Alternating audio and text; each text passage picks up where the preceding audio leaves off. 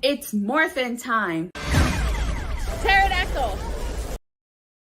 Hi there, this is Tata, and welcome to the It's Wrestling Time Impact Turning Point post show. So, where do we start here? Turning Point kicked off with Ace Austin versus Chris Sabin. Wow, I really like this match. This is a great way to kick off Turning Point. Of course, as we all know, Mad Fulton attempted to get involved. He got involved twice. He saved Ace Austin the first time, even though Chris Sabin still managed to kick them. And then one of the spots that I liked is when Chris Sabin did the DDT to Ace Austin as he jumped from the rope. Yes, I just want to give a shout out to the chat. This was a good match. If you did not see this match, you missed out. All right. So, of course, Fulton tried to hit Sabin, but it wasn't enough to stop Sabin from picking up the win. Chris Sabin ended up winning, and it was, like I said, a good opening match. After this, we had Violent by Design in the form of Joe Dorian and Eric Young versus Heath and Rhino. So Eric Young was supposed to start off the match against Rhino, but he attacked Joe Dorian. Gina got involved by grabbing Heath's leg. The ref sent him to the back. Young pulled on Heath's arm. Now here's the one thing that I was confused about.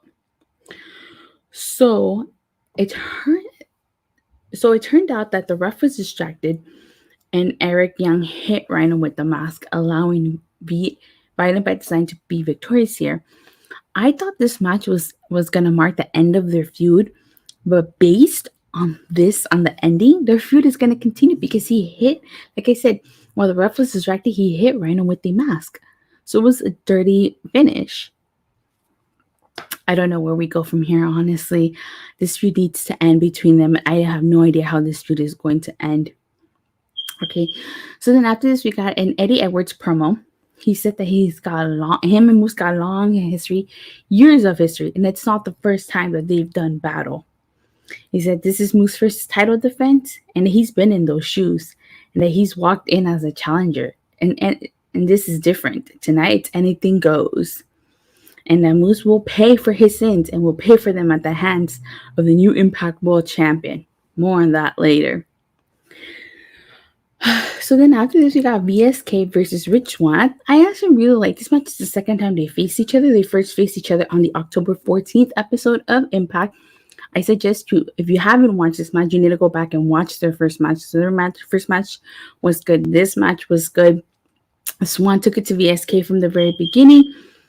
You know, VSK showed off his muscles.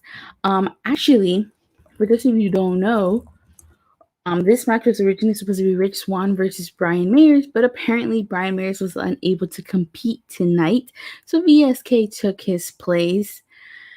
This was a great match all around. Of course, Ziggy Dice tried to get involved, and he pulled Rich Swann by the ring, and Willie Mack took it out. If you guys haven't figured it out, Rich Swann ended up victorious, avenging Sam Bugle. But what did you guys think of these two matches so far? Like I said, Impact's Turning Point started off to a great show. It's a shame that I could not have been there. I was supposed to go to Turning Point. I'm so sad I couldn't go. All right. So after this, we had Dorian Morrissey versus Matt Cardona. They start off the match by staring at each other. Cardona got some offense in, but of course, the whole match, W. Morrissey was dominating. Gettysburg Beauty Battle said, "Good show. Enjoyed the ladies tag match." So did I. I haven't gotten to that match, but I am gonna get there. Rich Swann changed so much after his release. Yeah, definitely. So Morrissey swung Cardona twice into the steel steps, which I thought was pretty cool. Cardona ended up stopping Morrissey and gave him a drop kick. You know, this was, like I said, this was Morrissey pretty much just dominating Cardona. It really was. But here's the interesting part of this whole entire match. Guess who comes out to assist Morrissey? You guys guess. Come on. Guess. So, in the midst of the action, Cardona almost hits the ref, but he misses. However, Morrissey shoves Cardona into the ref, knocking him out. Hopefully Morrissey resigns today. Was his last day on his contract. Yeah, I heard that too. I heard today was Morrissey's last day, but based on this match, I think he might resign. I'm not entirely sure. So Moose comes out to assist W. Morrissey, allowing W. Morrissey to get the win. Here's the thing, though. As you guys know, Moose promised W. Morrissey a title shot if he helped him take care of Josh Alexander, Eddie Edwards, and Matt Cardona. He did that a couple of weeks ago, and he did. So in this situation, he was helping W. Morrissey. And like I said, today was supposedly W. Morrissey's last day. Is he going to resign? I don't know, but maybe based on the fact that he won, he probably will. What do you guys think? And I definitely want to hear what everybody's favorite match of the show tonight was. All right. After this, we had the Knockouts Tag Team title match. It was Decay versus The Inspiration. And if you haven't figured out, so I love The Inspiration. I love them ever since they were the Iconics. All right. So for this match, Rosemary immediately went in to attack. She attacked Cassie. Of course, Jessie tried to get involved, but Havoc attacked her. Cassie held Havoc's wrist on the rope while Jessie stomped on it. Jessie distracted the ref, and so he didn't see the tag between Rosemary and Havoc. And I have to say, the Inspiration did a fantastic job working together to take down Havoc and Rosemary. See, and then Havoc attempted to pin Cassie, but she broke the pin by grabbing the rope. So I like this match. Honestly, this was a good match. Both women's matches delivered tonight. Now, one of my favorite spots in this match was when Cassie did a back kick to Rosemary, and then they used a boot. Jessie gave her the boot, and Cassie gave her a palm bomb, sending her outside of the ring. That was a good spot. That was a really cool spot. I liked it. And then Jessie sent Havoc crashing into the post. Cassie gave her a knee. The ref was distracted, and Cassie held Havoc's leg while Jessie pinned her. Time to call JJ. I don't know. So like I said, I'm so happy the Inspiration retained. I mean, come on. If you didn't think they were going to retain, this was their first title defense. Of course they were going to retain. So I'm so excited to see what the Inspiration else contributes to the Knockouts division. So I'm really excited that they won. But what do you guys think they go from here? I feel like maybe they might face the Influence next. Maybe. Gettysburg Beagle says, I wonder if Josh Alexander is going to turn here due to how Impact treated him storyline-wise. Sorry if I'm skipping. It's okay. I'll get to that. I'll get to your question right now. Wicked's Nasty saying, I need to watch Impact for the Iconics. I don't know how to spell the new team's name. It's Inspiration. So, they liked... I apologize for the cops passing. So after this, we get a Chris Sabin promo. Basically, it's just him gloating about that he beat Ace Austin and that he likes the shirt and that he changed it to say, I am Chris Sabin. That's all this segment is for. After this, we get to one of my favorite matches of the night, the X Division Triple Threat match. It was Laredo Kid versus Trey Miguel versus Steve Maclin for the X Division title. I have to say, this match, if you haven't been keeping up with Impact, you would have known this was originally a one-on-one match between Trey Miguel and Laredo Kid. Steve Maclin, as the Scott then more towards Steve Maclin, they defeated Laredo Kid last week on Impact. He would be added to this match, making it a triple threat match, and that's exactly what happened. Steve Maclin defeated Laredo Kid, and it became a triple threat match. Gettysburg Beagle says, Inspiration, they have a chance to be like the third win in the business. Oh, okay, we'll see about that. If Sean Spears' contract expires, do you think he should join in the Impact and the Inspiration? Maybe. We'll see. That'd be interesting. All right, so of course during this match, I just hope one day Team Canada returns. Boo, lol. All right, so during the triple threat match, of course Trey Miguel and Laredo Kid were working together to try to take down Maclin. They had to. How else were they supposed to take him out? One spot that I liked was when Laredo Kid and Trey Miguel were fighting on the outside, and Steve Maclin took them both out. And then Laredo Kid did a 450 splash to Maclin on the outside. How cool was that? I also liked when Laredo Kid did the Spanish fly to Maclin from the top rope. That was pretty cool. But of course, the finish. The finish is what everybody was talking about. And I called it. I called it on my show last week. And I've been saying it for a while now. Maclin hit Mayhem for all on Laredo Kid. And Trey Miguel broke up that pin by doing the Meteora. He had a double pin. But guess who had their shoulder up? Guess who Trey Miguel actually pinned to win this match? If you haven't figured it out, he pinned Laredo Kid. He pinned him because Steve Maclin got his shoulders up. So yes, Trey Miguel won. Trey Miguel won and retained his title. But he did so by beating Laredo Kid. I knew that was going to happen. I didn't see the double pin coming, but I knew that was going to happen. So now I'm telling you guys, you heard it here first. Steve Maclin is going to be the one to rip that X Division title off Trey Miguel. He's going to be the one. Because till this day, undefeated, has not been pinned or submitted. Mark my words. It's Swershow saying down, Datila on point with everything tonight. Thank you, Swershow. I appreciate that.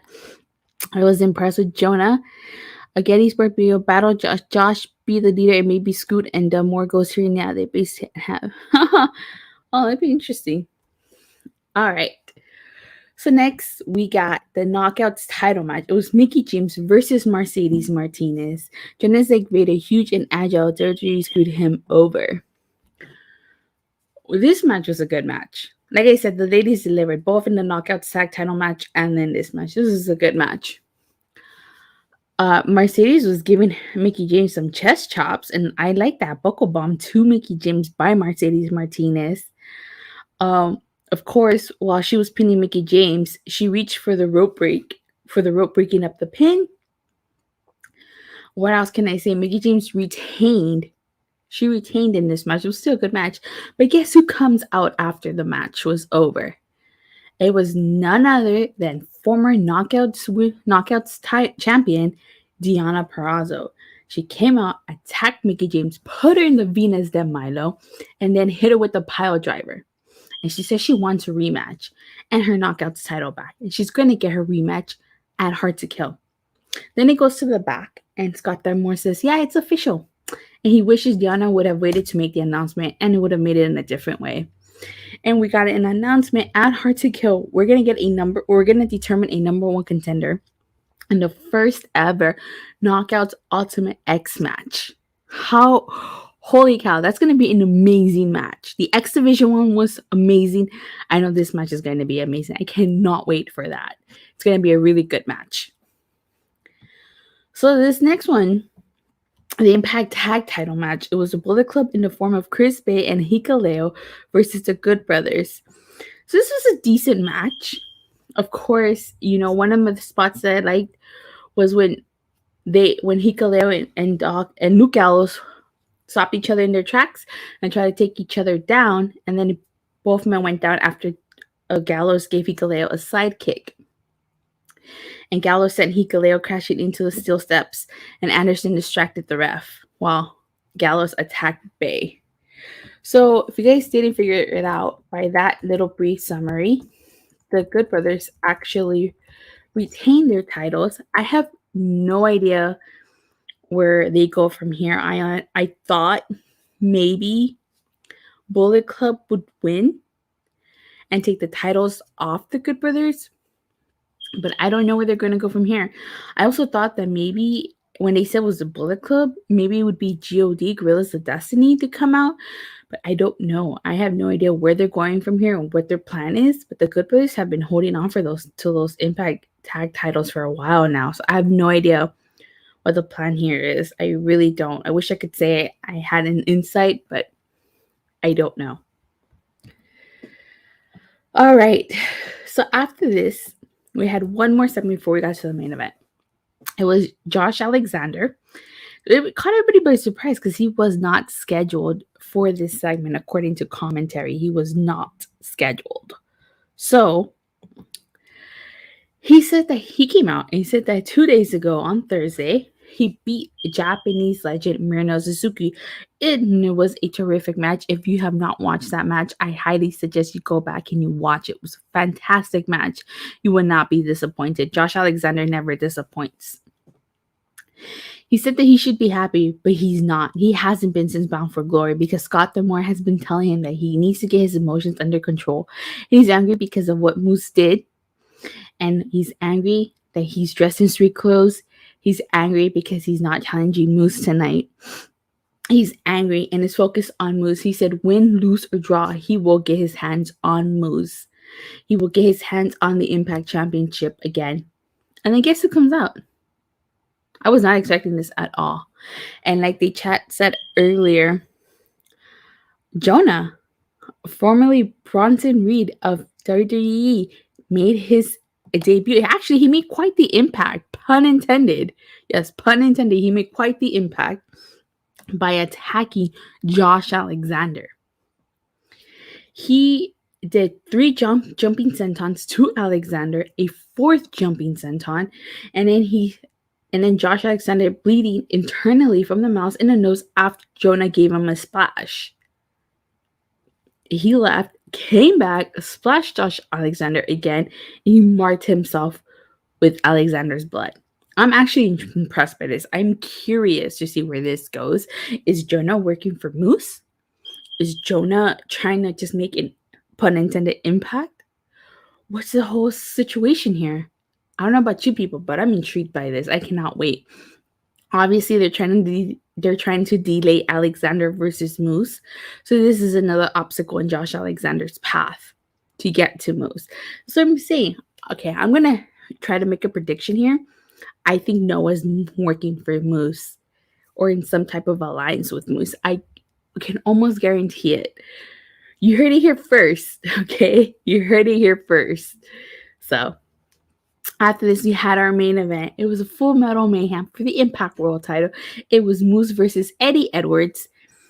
The Swerve Show said, "Oh my God, did you see Big E tonight for boxing?" Oh, sorry, it's on number holy. No, I did not. I don't watch boxing, but if you would like to fill me in on that, I'd be more than happy. So where do I even start with this match? This match was good. I like this match.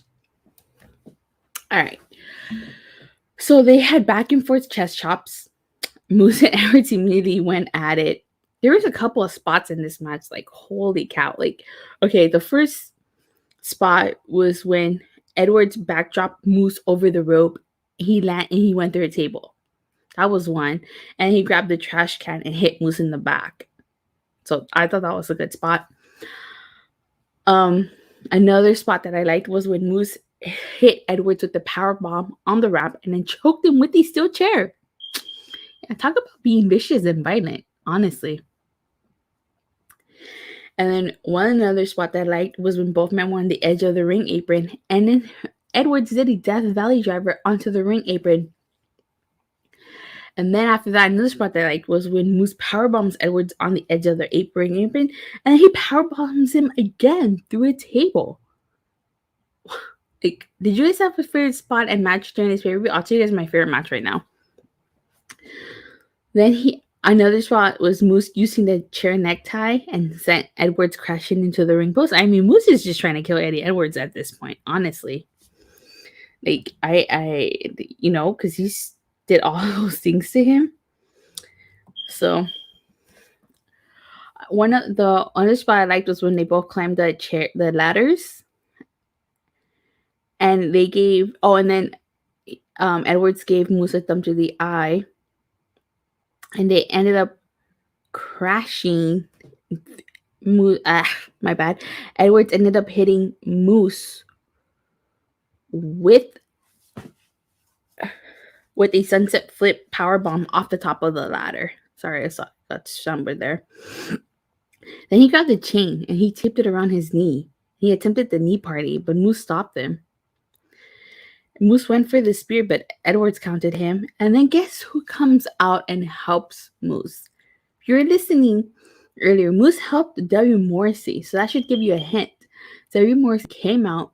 He held Eddie Edwards so that Moose can get the spear. That wasn't enough, though. It really wasn't, because Edwards still kicked out after that. But Matt Cardona came back to avenge his loss against Moose and against W. Morrissey, and chased W. Morrissey out of the ring. And Moose started grabbing scissors. Not Moose. Edwards started grabbing scissors and started cutting the bungee cords under the ring to expose the wood.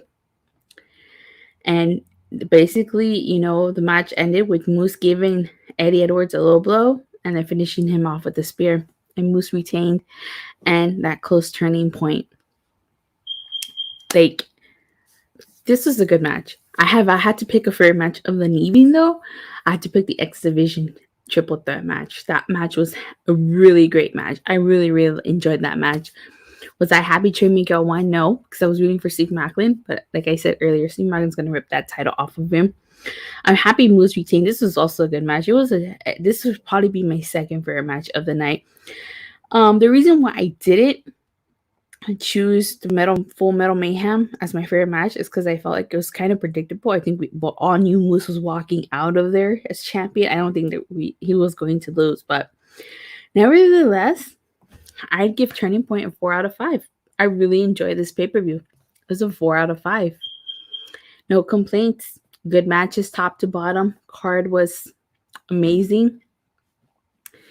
Peg Warrior, this is great. Just happened to pop on and catch this. Oh, thank you, Peg Warrior. Thank you.